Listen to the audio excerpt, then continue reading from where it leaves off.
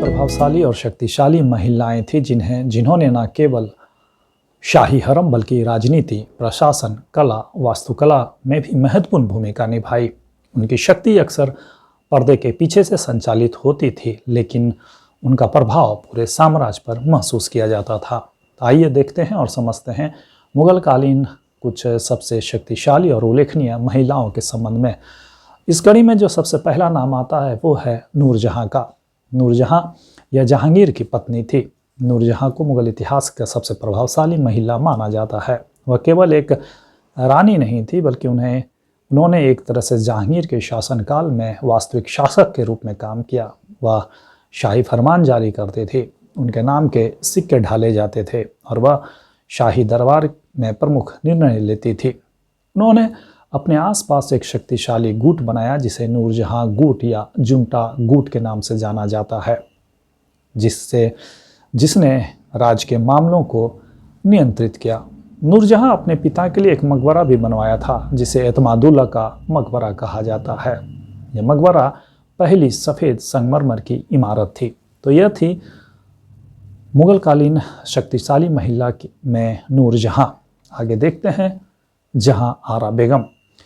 यह शाहजहां की बेटी थी। जहां आरा एक शक्तिशाली राजकुमारी थी। अपनी मां मुमताज़ महल की मृत्यु के बाद वह पातशाह बेगम अर्थात प्रथम शाही महिला बनी। वह अपने पिता की विश्वसनीय सलाहकार थी और उन्होंने राजनीति और प्रशासन में गहरी रुचि ली। उन्होंने कई महत्वपूर्ण भवनों और मस्जिदों के निर्माण को प्रायोजित किया, जिसमें दिल्ली स्थित चांदनी चौक को बनाया गया और आगरा में एक मस्जिद भी शामिल है।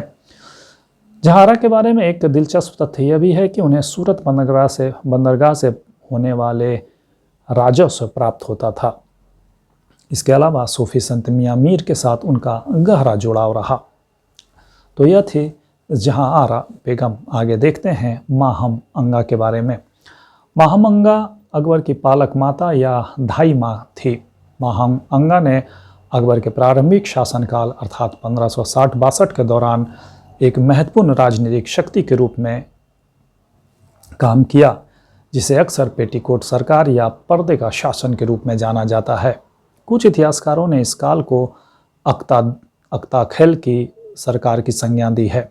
वह अकबर के शासन को अपने हाथों में नियंत्रित करने के लिए अपने बेटे आदम खान के साथ मिलकर काम करती थी। माहम अंगा ने दिल्ली में मदरसा ए बेगम के नाम से एक विद्यालय भी खोला था। तो यह थी माहम अंगा। आगे देखते हैं गुलबदन बेगम। यह हुमायूं की बहन थी, जो अरबी और फारसी की प्रकांड विदुषी थी। वह अपनी राजनीतिक शक्ति के बजाय अपने साहित्यिक योगदान के लिए जानी जाती है। उन्होंने हुमायूंनामा लिखा, जो मुगल इतिहास के बारे में अमूल्य दस्तावेज है। यह कृति हुमायूं और बाबर के शासनकाल की घटनाओं और शाही परिवार के अंदरूनी जीवन पर प्रकाश डालती है। इसी कड़ी में एक और महिला का नाम आता है, वो थी हमीदा बानो बेगम। हमीदा बानो बेगम हुमायूं की पत्नी और अकबर की माँ थी। यह राजमाता की भूमिका और अकबर को प्रारंभिक समर्थन देने में महत्वपूर्ण भूमिका निभाई। हमीदा बानो बेगम को मरियम मक्कानी की उपाधि मिली है। तो ये महिलाएं मुगल साम्राज्य की सांस्कृतिक और राजनीतिक विरासत का एक अभिन्न अंग थी, जिन्होंने अपने समय की परिस्थितियों पर अमिट छाप छोड़ी। तो आपको ये वीडियो कैसा लगा, आप हमें कमेंट में लिखकर बताएं। इस वीडियो को लाइक करें और अपने दोस्तों के साथ शेयर करें। आपका दिन शुभ हो।